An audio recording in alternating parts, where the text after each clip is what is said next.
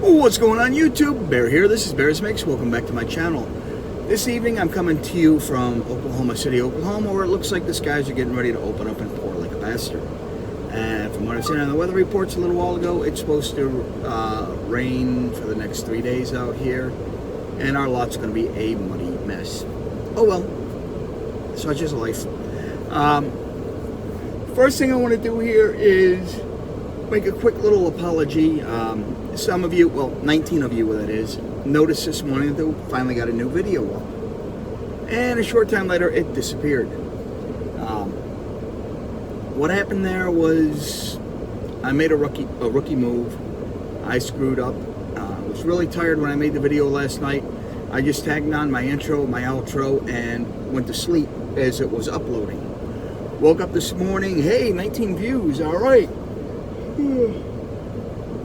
With the 19 views, I had 15 thumbs up. Excellent. No thumbs down.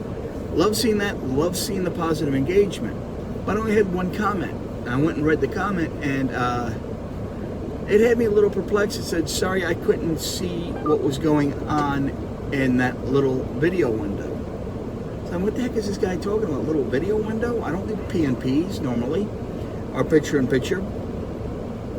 So I go and launch the video to make sure it was going to play fine. Last couple videos I uploaded failed to upload because I had such poor internet connection that they corrupted during the upload process.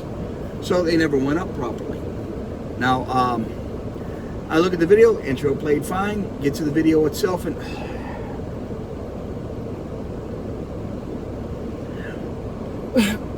I use OBS for my screen capture when I'm doing gaming and to record my gameplay and whatnot on both my laptop and my desktop. Well, with OBS you can use your cell phone as a webcam, and this was the first time I did it, and apparently something was out of order with the settings, because even though on my laptop screen I had a beautiful full screen picture while I was recording the video, OBS didn't really see it that way. OBS had its desktop in the background with just a little small rectangular screen in the middle with my video on it that was hard for me even to see. And I had that up on a 24-inch screen. So, you know, I did the only thing I could do. I deleted it. I had to remove it, get rid of it. That's not the type of content I want to provide for you guys. I want you guys to have good, crisp, clean, accurate content.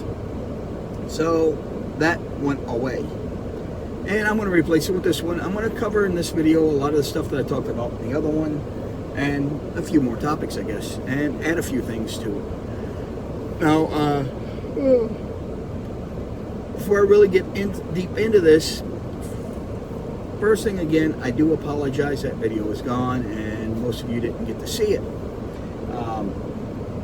Now, I want to give a big, heartfelt thank you and welcome to all my new subscribers and my new viewers.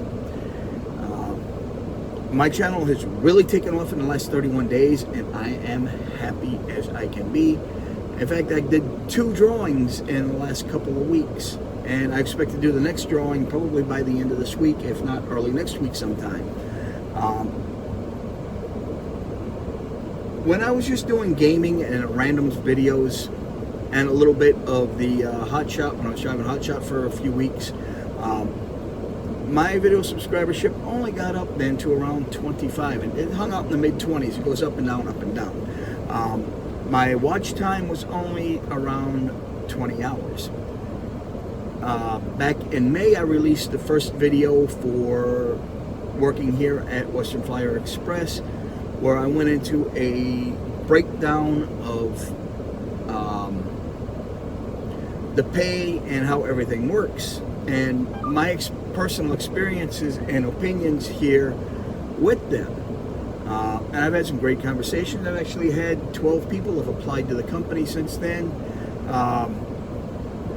One is coming in tomorrow for orientation. I thought he was going to be here today. I was hoping to be able to catch him on video while I was here, but I'm going to be rolling before I get to meet him face to face. 2 of them, the lane that they wanted wasn't currently open, so they moved on. One of them didn't want to work what they offered him. He came in demanding specific items, and they said no. This guy he was demanding a dedicated home run, or local run, in an area where we don't have local runs, so he could be home every day. And on a lease program, that is not going to work. That's good for a company driver. It's terrible for a lease driver. You won't make any money that way. And a couple of people, it turns out, were not qualified. Some of them applied but never followed through. One of the other guys that did come in, he actually spoke to a third-party recruiter after talking to me, and came in through that third-party recruiter, which kind of sucks. But hey, it is what it is. He's here. He's got a truck. He's out there on the road. I haven't met him and talked to him yet, but yes, he did come in. He's out there on the road. He's one that I did get in. Then the other one, who will be here tomorrow for orientation, he should be out on the road very shortly. By the end of the week, by Saturday, he'll be out on the road if there's nothing hidden in his background. One of the things I'm seeing, a lot of the issues that I'm having here, or people are having with coming over here, and when they're doing the research on Western Flyer Express, they're not paying attention to the titles or the company that they are looking at. We have Western Flyer Express, which is us, and Western Express, which is a totally different company. Well, because the names are so close, when you search them on Google or YouTube, they both come up, and there's a lot more stuff comes up for Western Express because there's more information out there about them, about their terrible. They have an atrocious history when it comes to the way they treat their drivers, and they have an even worse reputation when it comes to their lease program, unlike over here at Western Flyer Express.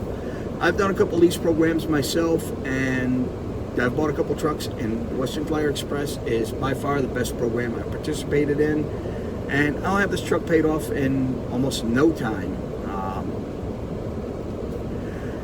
Now, speaking of pay, let me let you in. I got my settlement for last weekend a little while ago. Now, keep in mind, it is about $800 lower than it should have been. I had a really good run. 2 weeks ago, I put brand new drive and steer tires on this truck. Exactly 1 week after I put them on. I put them on 2 weeks ago Monday. Last Monday, one of the brand new drive tires had a tread separation. It's a recap, and this is what it looked like on my truck. I was not happy about that, and I was even less happy that having to wait 14 hours for the TA to come out to bring me another tire, and that stuff has to be done on duty during a breakdown when you're waiting for road service to come out. And with the upcoming safety blitz, I wanted to make sure my records were in order, so if I did get pulled in and they looked at everything, I was above par. Took over 14 hours to get them out there and change the tire, which means I lost the load. I lost over 850 miles on that trip. It was a critical load, so it had to be passed off to a team so it would make it there on time. It was one of those no-fail loads that had to absolutely be there on time.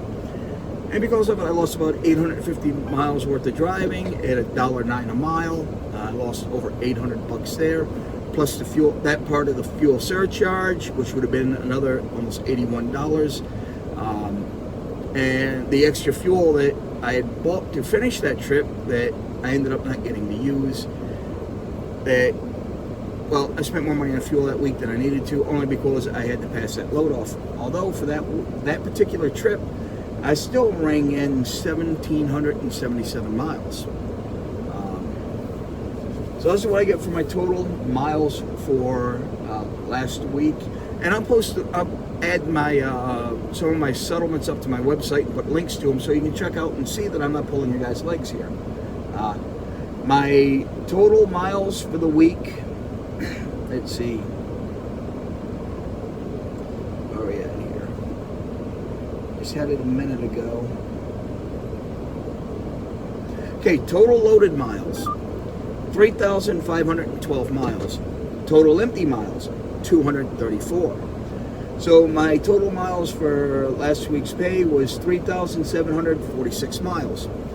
The gross to the truck before deductions and expenses was $4,083.14 plus $422.16 for my fuel surcharge, which gave my gross to the truck for last week $4,505.30. Now I take out all my deductions. My TransFlow, which is how we transmit our pods or proof of delivery so we can get paid. We were using TransFlow, we just switched over, we are now using EB. But my TransFlow for last week was $3.56.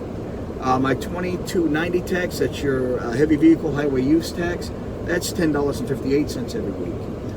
My bobtail insurance is $7.50 for the week. My occupational accidental insurance is $29.54 a week. My physical damage insurance, which is my most expensive insurance, that's $87 a week. And that's cheaper than most companies. My warranty payments, I told you guys I pay 12 cents a mile towards my warranty on the variable. My warranty payment was $449.52.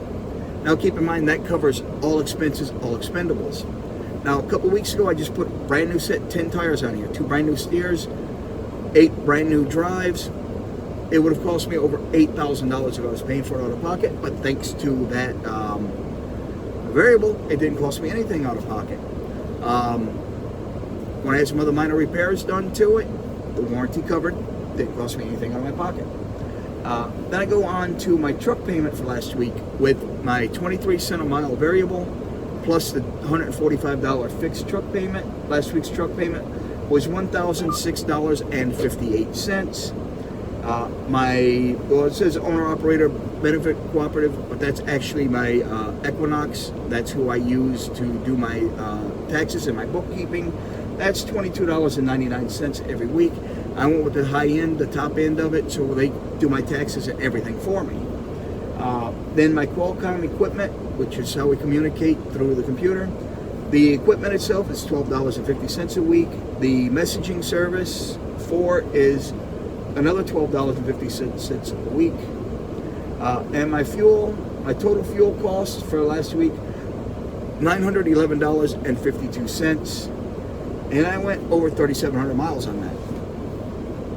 So my total charges, my total fees and overhead and expenses was $2,553.79.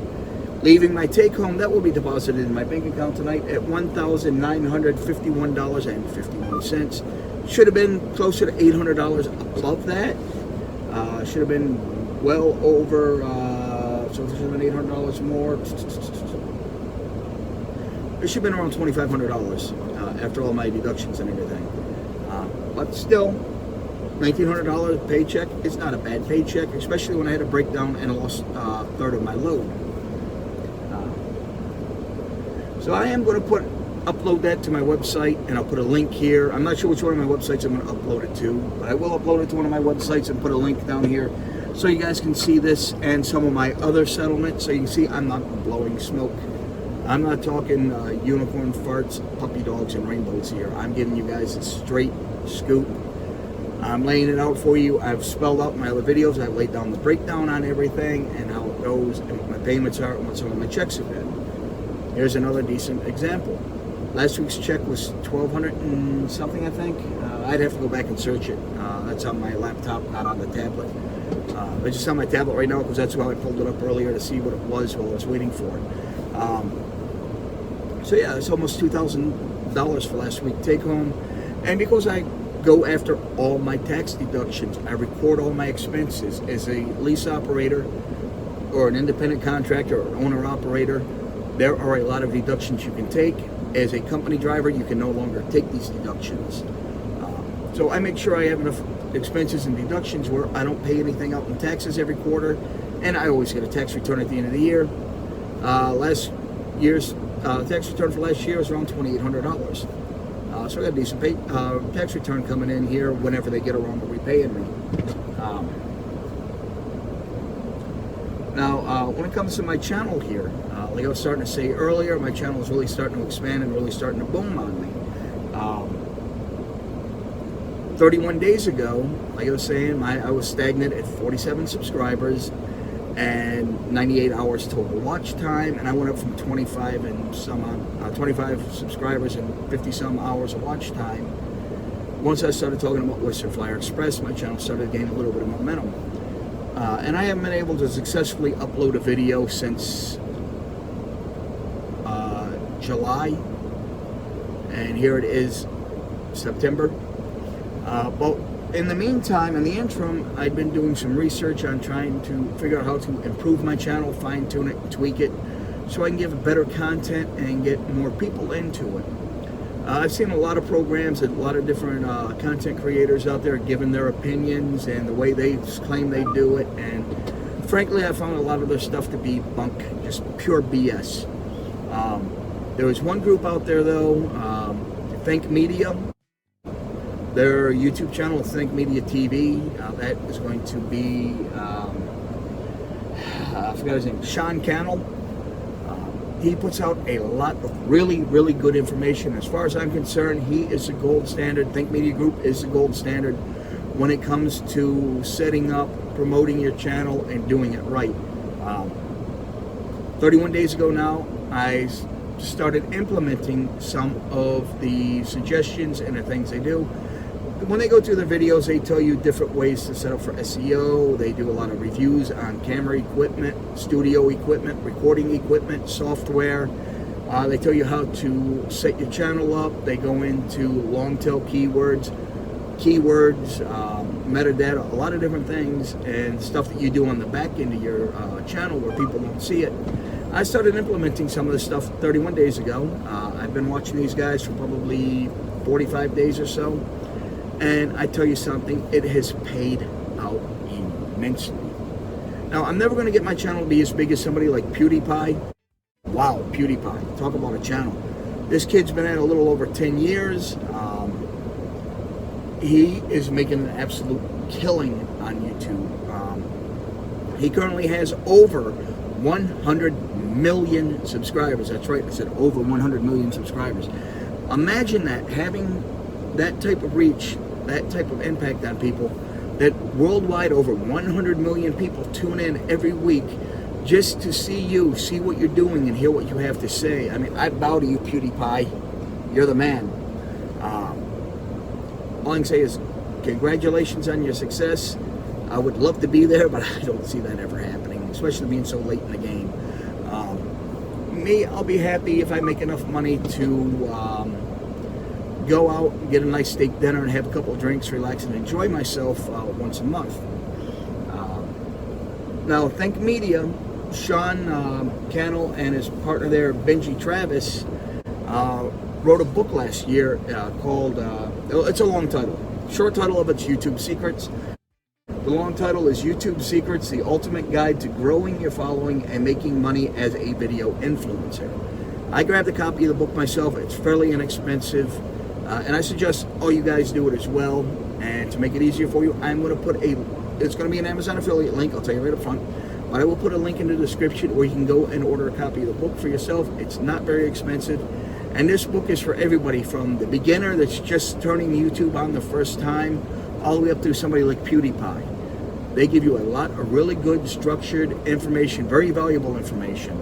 And if you buy it through my link, which I truly hope you do, you'll not only be helping me and the channel out, because these money that I get from these things, from my affiliate sales and whatnot, go back into buying equipment for the channel. Some of my recent affiliate sales, I just bought a new green screen for my apartment so I can start doing some chroma key.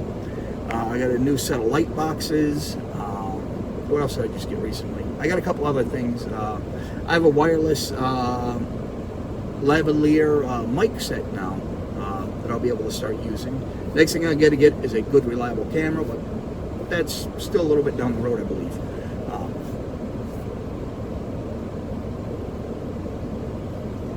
So with these guys here, well, since I implemented their changes in the back end and 31 days without uploading any videos, this is where I am at right now. Subscribership jumped from 47, I'm now at 635 subscribers. My watch time went from 98 hours. I'm now at 542 hours of watch time on my videos. I've only got 32 videos on here right now, 33 when you count this one.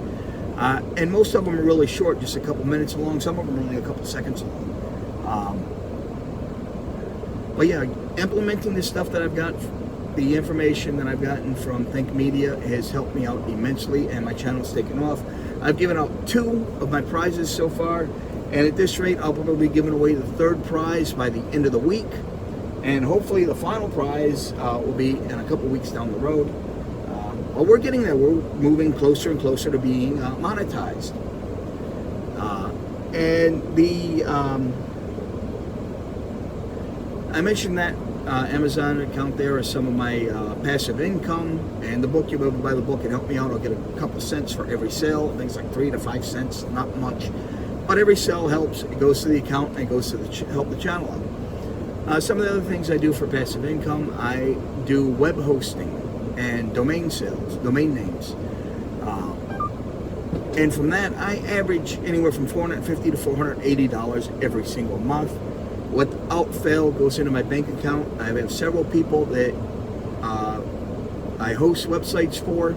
Some of them renew annually, some of them renew every month on auto pay, and the difference between the $450 and $480 is the sale of new domain registrations. Now, that's one of my passive sources of income. I've also recently launched an online barbecue supply store where I'm selling barbecue grills, smokers, supplies and accessories. That's rollingsmokebarbecue.net. There'll be a link in the description to that as well. This too is an Amazon affiliate program where I list the items, sell them, and they deliver them for you. And I also have a homestead supply store. We're talking small scale farming and gardening supplies, tools, and equipment. That's shop.bearshomestead.com. I'll put a link to that as well. Some of the other ways I make money, I think I might have mentioned in another video, is I do a little gold prospecting. I go out there and dig gold. I get me things like this vial right here. This is a 1 ounce vial. Right now there's not much in it. That's about a ½ gram of flakes and fine gold that I've pulled out of the ground recently. And I clean that gold up. I process it through a process called aqua regia, which is Latin for royal water. It's just a simple mixture of hydrochloric acid, nitric acid, and there's a few other steps involved in it till you get things like this. This little bar here is gold that I personally recovered from the ground up in Alaska. Little in there spilled over the edge of the mold, so I got a little handle right here I can hold on to. This right here is about 1 ounce of gold. Listen. Quiet, isn't it? Well, I clean it up and wash it through a process called aqua regia, which actually dissolves the gold. Then you go through another process to re-solidify it before you clean it up, put it in the crucible, and melt it down to get 24 karat gold. The gold here in this vial is anywhere from 18 to 20 karat gold. It's not pure gold. 24 karat gold is not pure gold. It's the purest form of gold you can get currently. It's about 99.9% pure gold. Technology as it stands right now is not to the point yet where we can recover 100% pure gold. When I take stuff like that in the vial, when I get a bunch of it, I clean it up, melt it down, and things like this one. This little bar right here weighs over 7 ounces of 24 karat gold. Now, I checked the current spot prices of gold a little earlier. Those 2 little bars right there weigh in to a combined total of 8.84 ounces. Gold right now is $1,975.60 an ounce. The total value of those 2 bars of gold, $17,464.30. I know it's not much money, it's pittance, right? But it's part of my retirement fund. It's when I go back home here in a couple of weeks, it's going back into the safe with the rest of my precious metals.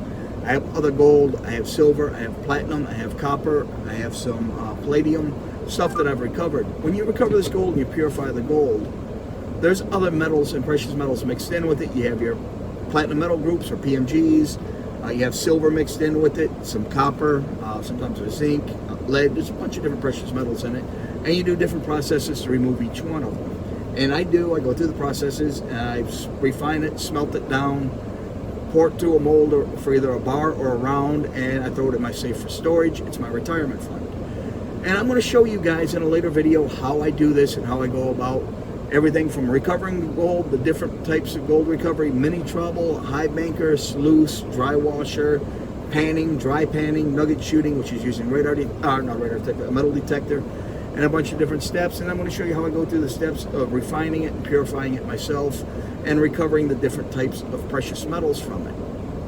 And it's all going to be in later videos, and it can be rather technical. And just so you guys know now, it's for, I don't want to say educational purposes, because if you do it wrong, you're working with chemicals that can produce deadly gases that can be very harmful or even kill you. I'm going to tell you that up front, and I'll tell you that over and over again in that video. It's just for demonstrations. I don't expect you guys to follow my steps 100%. I don't expect you guys to do it at all if you have no experience with it. Now,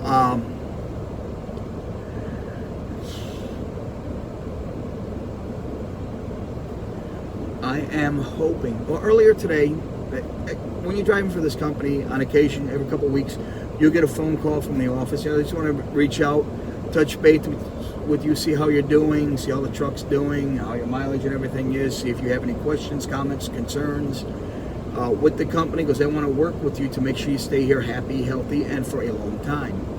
In fact, today while I was in the shop, I came up here to Oklahoma City. The trailer I picked up down in the communist nation of California was past due for its DOT inspection, so I brought it straight here so I can be taken care of.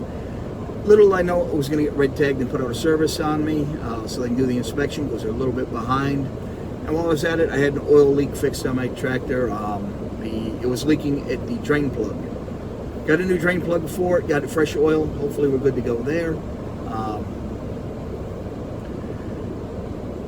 While I was in the shop there, waiting for him to do the work on the truck, one of the big managers came over and was talking to me. He just wanted to get some background, some information, wanted to make sure everything was going good, how my hours were and everything. That's the kind of company they serve. They are going to reach out for you. They want your input. They want your value. And I'll tell you, be honest. Don't hide anything from us. There's no repercussions, no matter what you say. You know, there's one guy over there, what he said, I didn't like hearing, but there's no repercussions from him. I'm not taking it out on him. I'm going to have that issue addressed. That's the kind of company you're dealing here with. This is the only company I've worked at. When you get to orientation, the owner and the managers help you take your property out, get loaded up on your truck, and they help you load up your first trailer. They help you log into your Qualcomm, make sure you're good to go and ready to run. When you come out of orientation, you go over to the truck line to pick up your trucks and load everything in it. They have mechanics standing by. So when you do your first initial pre-trip on it, do a very careful first initial pre-trip.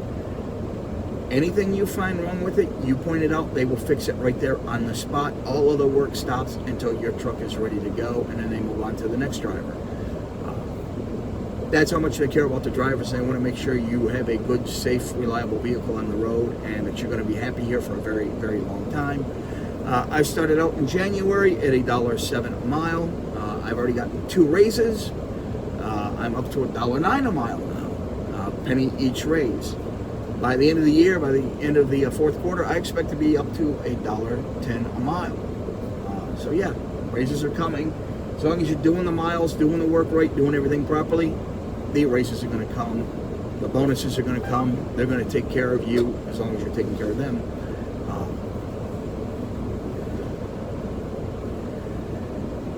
Now, something else I want to address here is the way people drive around trucks. Saturday was a very bad day for truck drivers in New Mexico. I drove by 2 early morning truck accidents. Both were caused by impatient, reckless cars around them, and both drivers were killed on scene. The first one I went by, going down the highway eastbound on the 40, I noticed off on the fire road, there's a state police vehicle sitting there with its lights and everything on, so I slowed down a little bit.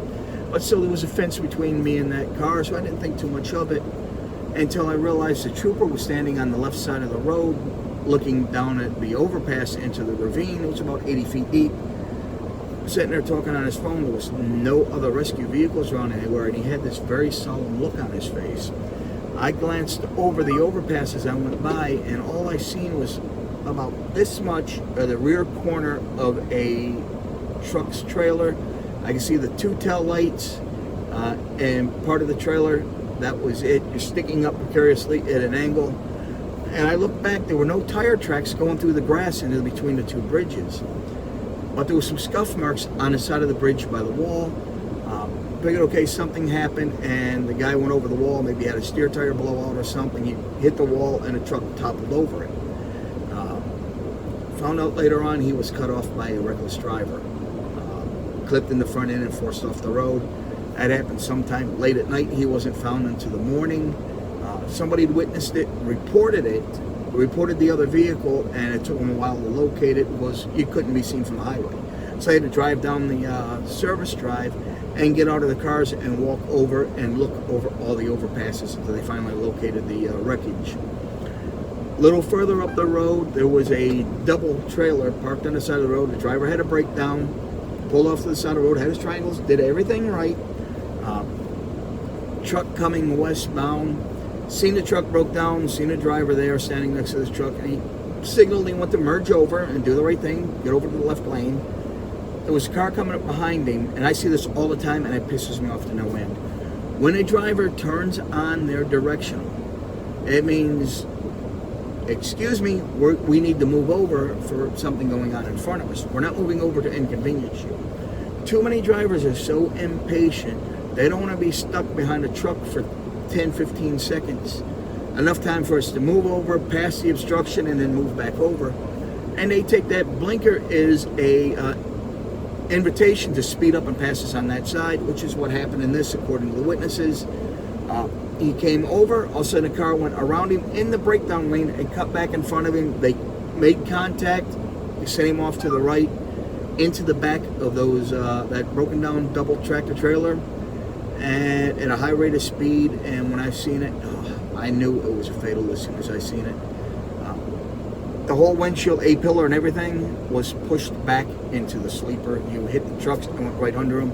And just the damage to the two trailers, front and rear of them, they were just mangled together like an accordion. I knew it was bad.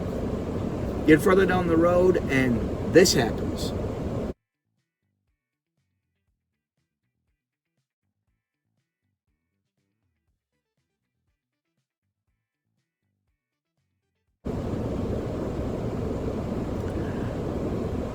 I took this video here. I actually contacted the company involved. Well, let me tell you what happened here, what this led up to this. The speed limit there is 75 miles an hour. We're in a construction zone where speed limits were reduced to 65 miles an hour. I was closing on a prime truck in front of me in the right-hand lane where I was, and those guys can only do about 58 miles an hour. I checked my mirrors, it was clear, there was nobody anywhere near me.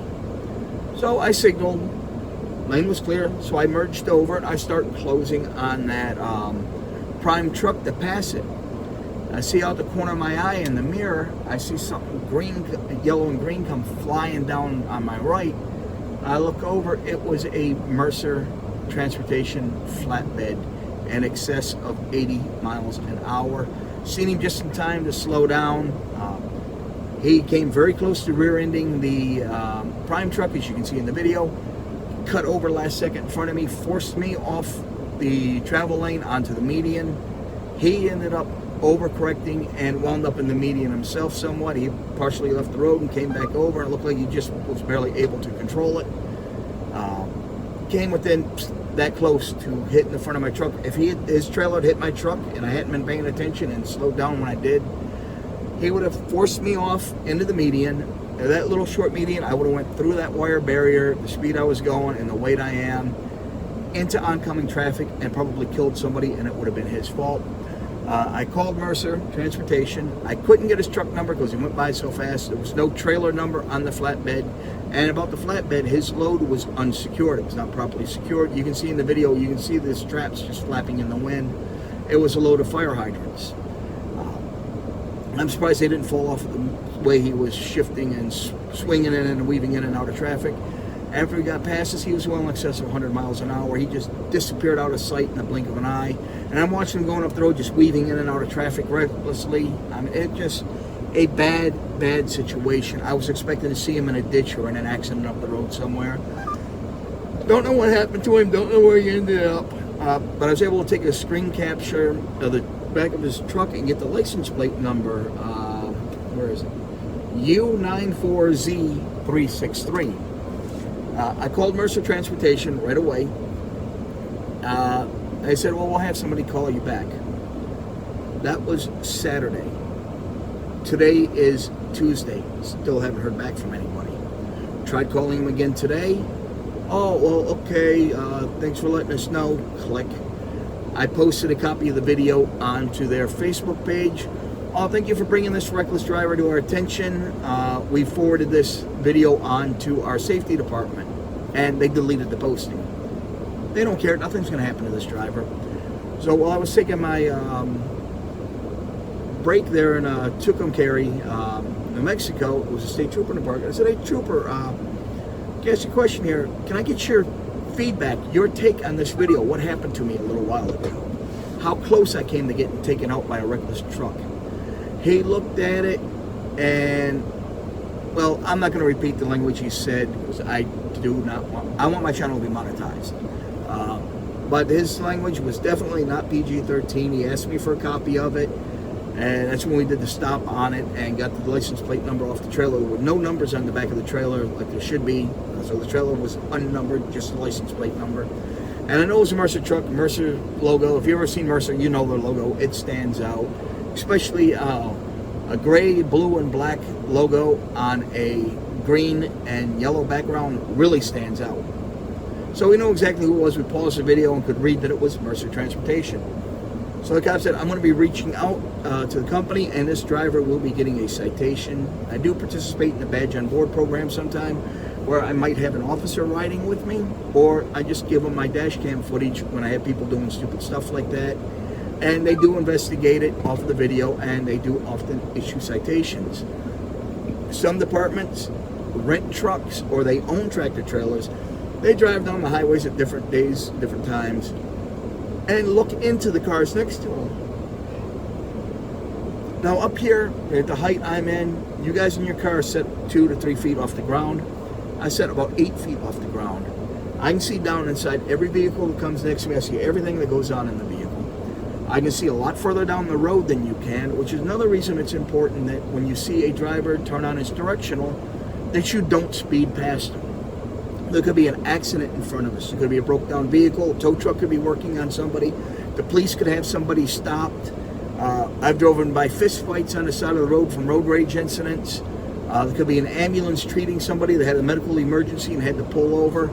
There's many different reasons we would need to change lanes without any warning other than turning on our directional and then moving over. We see further down the road. You cannot see as far as we can down the road. You in a car cannot see through us. And remember, you guys have hydraulic brakes. You step on your brakes, you have instant braking power. We have brake lag, anywhere from 1/4 to 3/4 of a second it takes for us to depress the brakes, pedal before the air pressure engages the brake cylinders and engages the brakes and starts to slow us down. And our typical trucks, 65 to 70 feet long, can weigh up to 80,000 pounds. I'm talking just a straight load, not an oversized load. We do not turn, maneuver, stop, or accelerate like you can in a car. And when you see that nice big cushion in front of us, that big 300-foot space between us and the vehicle in front of us, it's there for a reason. It's there to protect you, protect the driver in front of us, to protect us, and protect the people beside us. It gives us a way to slow down, gives us the room and space we need to slow down in the event something happens in front of us and we need to stop quickly. In a car, you can get away with having maybe 100 feet between you. In a tractor trailer, fully loaded tractor trailer going at 55 miles an hour takes a length of 3 football fields to come to a complete stop. A car takes a half a football field. So it's very important you leave us room in front of us and the side of us. And when we signal to change lanes, it's for a reason. We're not trying to inconvenience you. At least twice a week, I have somebody, I'm driving down the road, I'm in the right-hand lane, see cars behind me, don't think nothing of it. I'm constantly in my mirrors. I have 2 mirrors on the front corner fenders, and I have a mirror on each side with smaller spot mirrors below them. It gives me a very good view, an almost 360-degree view of my truck, depending on how far back the items are behind me. I see people behind me all the time, and they go around me, pass me on the left. I don't think anything of it. Then all of a sudden, there's their exit. They cut me off to get to their exit. Rather than waiting half a second to catch the exit behind me, they just speed around me, risk my life, their life, and the lives of other people. Drivers have been killed because of people doing this stupid stuff. If I can find the video, I will post a link to it. But there is a video where a car actually went around the truck on the right, like it was trying to take the exit, and then last second cut back over in front of the truck, past the truck on the right, clipped the front quarter of the truck, it went across the highway, into the median, overturned, the driver died. It took them a while to locate and identify the driver of the vehicle that caused the wreck, but he's sitting in prison right now for vehicular manslaughter charges. Be very careful about how you drive around trucks and big rigs. I mean, we're not trying to inconvenience you. Remember, that truck that you just cut off, that you caused the wreck or to run off the road, he might be carrying that very important medicine that you're waiting for that's on back order. He could be carrying the stuff you need for your kids, something medical or anything. You don't know what we're hauling. We can be hauling anything from the food on your table to the clothes on your back, the tires on your car, parts for your car, all the material that was used to build your home, your cell phone, whatever you're watching this on right now was transported by a truck. Every commodity in the United States is on a truck at some point in its trip. A lot of times it's towards the end, like to the distribution centers from rail yards, shipyards, other distribution centers for transfers, and then it goes back on the truck again to the store where you're buying it from. People give trucks a bad rep. They give us a bad name. They treat truckers like crap. You know something? We're not the problem. A lot of you self-entitled people are that think you're better than truck drivers. And a lot of people get upset with truck drivers being on the road and think we're out to delay them or cause them problems. We are not. We want to get home to our family at the end of our shifts just like the rest of you. And some of us are on the road for several weeks at a time. I haven't been to my home in 10 weeks. 10 weeks I've been on the road. I have not been home yet. I shouldn't say that. 2 weeks ago now, I had a load back to Vegas, dropped the load off, went home to take my 34-hour break over the weekend, and then got rolling again. And that I'm not counting as home time. For me, home time is I schedule it ahead of time. I go home, I make plans, and I do what I need to do. Something like that, I just went home and slept. Got something to eat, took a shower, and slept. Just to relax and unwind. But if I'm taking home time, it's going to be more than 34 hours. Usually if I go home, I'll go home for a solid week. And with our truck payments and the way things are structured here, it's very easy. I don't come back to a negative paycheck. I come back to a positive paycheck, and I get back positive very, very quickly. One load, I'm solvent, I'm back in the black, and I'm rolling again, and I'm making money that week.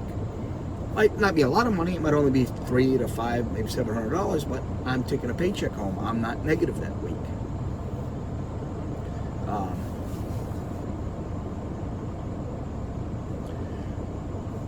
So I don't know if I mentioned this or not.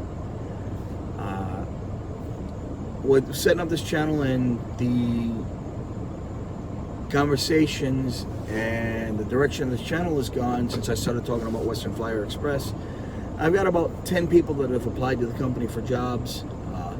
Not all of them made it. Some of them were disqualified. They failed to disclose issues in their driving history or their employment history, things like unreported accidents to the company, the stuff they didn't include in their application. One guy had a DWI recently, so yeah, you're not going to get hired with that. A few other things, a couple of the other people that were trying to come in, they ended up deciding to go elsewhere or look for other stuff. One guy was demanding a local run from his home so he can be home every night. That's not going to work when you're in a lease program or purchase program when you got to make your truck payments. For company driver, that's fine. For lease driver, it's never going to work. You're going to lose your shirt. I got one guy that did come in a month ago. He's out there on the road. He's doing great. The problem is, after he talked to me, the number he called was for a third-party recruiting company, and he got hired through the recruiting company, not through me. So, I mean, he's not getting what he should be getting. I'm not getting any referrals from him, but that's fine. He's here. He's working. I'm happy. There's one other driver that coming in through my videos that is going to be here tomorrow for orientation. I was kind of hoping he was here today, already here and finishing up his orientation, so I can sit down and chat with him for a few minutes with you guys here, so you can get another person's perspective on his experiences and how things are going here at the company for him. But unfortunately, he's in the second half of the week's orientation, not the first half, like I thought he was going to be. But hey, he's going to be here. I'll be out rolling in the morning before he gets here, so I won't get to meet him face to face, but I'll catch up with him another time, I'm sure. But yeah, I'm happy he's here. I'm happy anybody that wants to come in. And guys, listen up here. If you're watching my videos and you decide to apply here and come here and take a job with us, either as a company driver or a contractor, please, by all means, feel free to give them my name as a referral. You're going to help me out tremendously. Yes, I do make a little bit of money for referrals. You guys will get a little money too for coming in off of a referral. And it works out for both of us that way, and it helps us both out that way. At least I think they're still giving the new drivers a referral as well. I got to double check on that. I'll get back to you later on about that. I think they're still doing it. But yeah, it helps me out a little bit. You don't have to do it. I'm just putting it out there. Just like, you know, if you feel like you want to do it. I know I've said it before. I've posted in other comment sections. My name is Mark Parsons. My truck number is 2786C. I'd love to see you guys come in here to Western Flyer Express as a driver. Now, one of the things I've been wanting to do is get approval, which I got today, finally, to walk around with the camera, you know, get a few the employees on video here explaining their positions, their roles, what they do in the company, what they expect out of the drivers. I'm talking about, I want to go talk to driver managers, I want to talk to recruiters, I want to talk to somebody from the safety department, I want to talk to the head mechanic, the supervisor over here at the inspection lanes when you first come into the yard. I want to talk to somebody from the body shop, the tire shop, recruitment, maybe the owner if I get lucky, and a few other people let you get a better inside look at what goes on here, what they expect of everybody and what we do, and give you a better tour of the property. Did I show this video already? Of the trucks that are lined up for the drivers that are coming out of the current orientation.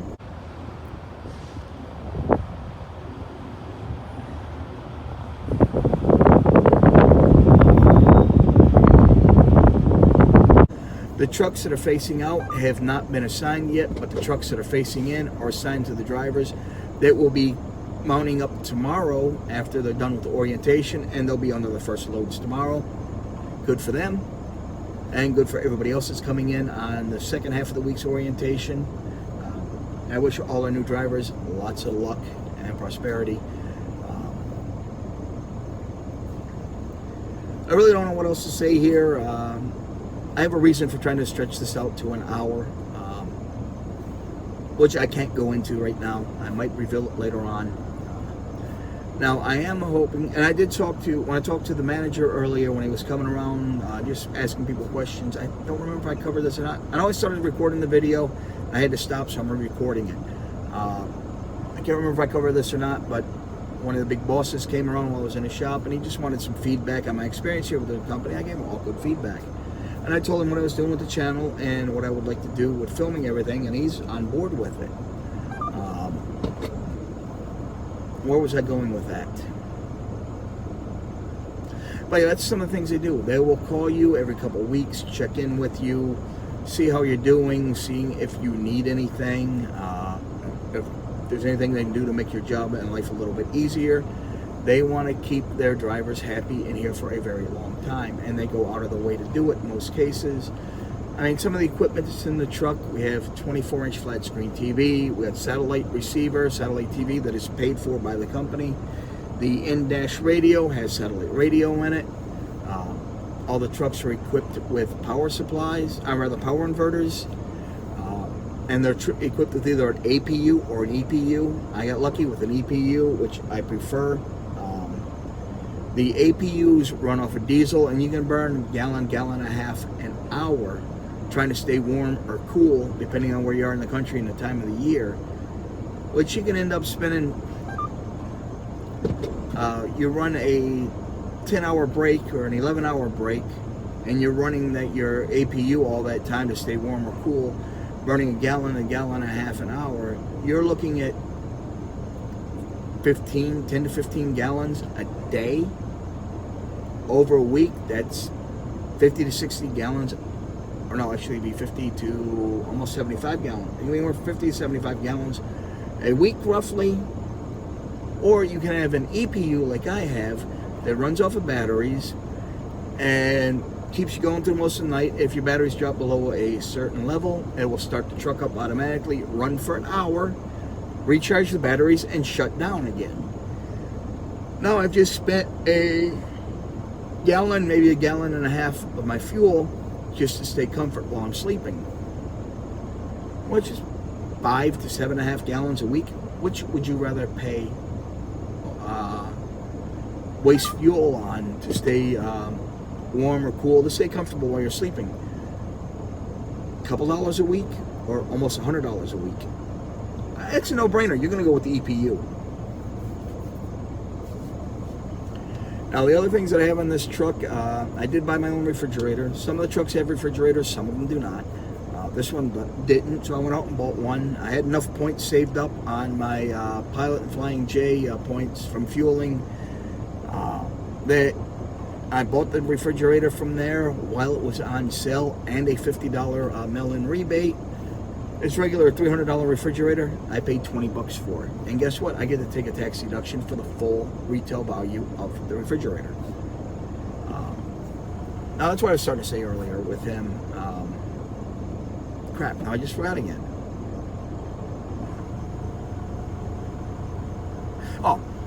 Oh, he was asking me about the truck and stuff and the issues that it was. Yeah, I've had a couple breakdowns. It's been towed 3 times since I got into it in January.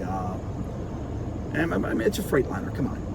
They're going to break down a brand new truck. You're going to have a break-in period where you're going to have issues while new stuff is wearing in, or might be poor workmanship or anything on it. So yeah, I've been broken down a couple times. That's my luck. I have bad luck, I'll tell you that straight up. He asked me, well, would you like to move over to a brand new truck? I'll put you in a brand new truck right now today. I said, you know what, I would consider it, but I don't want to give up my investment that I already have in this truck. He said I wouldn't lose my investment, which makes me think that it will be transferred, what I paid into it already will transfer over. But I didn't get too involved in a conversation with him. So I said, no, I'll just keep the truck for now, and I mean, I'll have it paid off in another 2.5 years anyways. But what I would like to do at the end of the year is maybe hire a team, stick them in here, turn them loose, and get another truck for myself. And he's on board with that. He said, yeah, that sounds like a good idea. Because that's fine with me. Now, if I do that, a team can run 7,000 miles a week very easily. And if I base this off of $1.10 a mile, which is what my base pay will be by then, with my fuel surcharge and everything, all my fuel, all my expenses, my overhead truck payments and everything, and paying them, I'm not going to make anything until the truck's paid off. I'm going to make maybe $340 a week, $1,300, almost $1,400 a month. Off of them driving the truck. It just has my name on it. All the dispatch and everything's handled by the company. Now, when the truck's paid off, put them in it. For me running, it's going to take from now about 2.5 years. Put them in it. I'll have the truck paid off in a year and a half. Then that's an extra $2,100 a week that comes to me. It's not going to a truck payment. It comes to my pocket. That's $108,000 a year I'll be making on the side as a passive income just to have a team driving this truck for me once it's paid off. Now, what I want to do, I really would like to move up to Anchorage, Alaska. This is something I've been thinking about for a long time. I was going to do a while ago. I ended up relocating from Detroit to Las Vegas instead, working for a different trucking company. Now, I was told that there may be a new lane opening up. They're talking about it, they're bidding on it, that it should open up at the end of the year, and hopefully we do get it. It's a dedicated lane. It's 4,221 miles a week. It loads in Houston, Texas, and delivers to Anchorage, Alaska, and then comes right back. Put a team on that, they can very easily close out 8 to 10,000 miles a week between the two of them, which is more money for them, obviously. And of course, more money for yours truly. Now, if this does open up, and I'm already slotted in to take one of the spots on it, what I would like to do is get in here towards maybe December or something and start getting trained in the office on their dispatch procedures, their booking procedures, their safety procedures, all that different stuff. So I can go up there and open an office, local office up there for them, because they are going to need somebody in the area to handle things on that end of the lane. And I'd be more than happy to do that. And it's something I could probably do from home. For the most part, I have to find a yard so we can park a couple of trucks up there, trailers up there, what have you. And we'll have somebody up there that can deal with any issues on that end that arise. And that's something I'd be up to doing. And even then, if I just have a team in this truck and I don't buy another truck, this truck's still getting paid for it, and I still have this passive income on top of my other income coming in. Between just what I make off of my passive income from my web hosting and the $340 a week I would make off of these guys running in the truck as a team, my rent would be paid every week. So yeah, I mean, I got a few things in the works here, a few things I'm hoping for, and we'll see how it goes. I got to sit down later on with the owner and the people that are will be handling the lane if it does open up and we do get it. So I can explain what I'd like to do with it. I mean, I know what it's like to drive from here to Anchorage, Alaska. It's about a 6-day drive from Houston, and you got to go all the way up through to Tacoma, Washington. You cross over into Canada on the CA-99. Follow that up through British Columbia, up by the Yukon on CA-97, and you get up into Alaska on CA-1 and cross back, not CA-1, on Alaska Highway 1, AH-1, and you cross into Alaska. And then it's about another 3.5-hour drive from there to Anchorage, where the lane will terminate. It'll be taking stuff up there to the refineries and the well sites. I have experience with well sites. I've driven on the Permian Basin hauling production water and frac sand, as well as hauling pipe. So I do have some experience working in the oil fields, which will come in handy if this does work out and I can convince them to move me into a management type position and send me up there to operate for them. And that'll make my move a lot easier, not to mention a lot cheaper. I'll be moving more than 800 miles for the job position change, so I can write my move off on my taxes anyways. It's a win-win either way. As long as I get it, I can get up there. Things in Alaska are a little more expensive than they are down here in the lower 48. I think half a gallon of milk is something like $7. Gas is not too much more expensive because it's got all the refineries and the pipelines up there. Some things are a little more expensive, some things are a little less expensive. It just depends on the area you're in. The entire population of the state of Alaska is around 730,000 people, I believe. More people live in the borough of Manhattan on that little island than all of Alaska. And 40% of the population of Alaska is centered in Anchorage. Anchorage is the largest city in the country. I forget what the square mile is of it, but it's larger than the state of Rhode Island, which is 1,213 square miles. I used to live out there, very small state. Drive from top to bottom in 45 minutes. You can drive from side to side in about 15 to 20 minutes. Free the way I drive. So yeah, I just want to get up there and get things working on that end. Hopefully this works out for me. And we'll just see how things go and where it goes from there. Now, I do want to go in and do that review I talked about earlier, filming the different departments and everything in here, but I'm just not going to go running up, throwing my camera in people's faces. Hey, you, tell me what you do here. Come on, talk to me, talk to the camera. I want to set this up and do it in a scheduled way where I can sit down with people and have them more relaxed and have their permission to do it. Which I've got the company's okay to do it now, which is sweet, but still, I don't want to insult anybody or make anybody nervous or anything like that, so I am going to do it nice and calm and politely. And I want to put together a video that you guys can respect, and it will give you a better understanding of what's going on here, and hopefully convince you guys to come to work over here at Western Flyer Express. Oh crap, I'm coming up on an hour now. Hey, that's what I wanted. Needed a couple longer videos anyways for my stats and whatnot. But that's where we stand right now on everything. I'm going to leave you guys off from here. I hope those video clips and those pictures that I want to insert in this do make it in, and I can figure out how to edit it in properly so it goes through seamlessly. Anyways, in the meantime, as always, keep it between the ditches, keep the shiny side up, the rubber side down, and hey, Army, beat Navy! Ladies and gentlemen, our national anthem.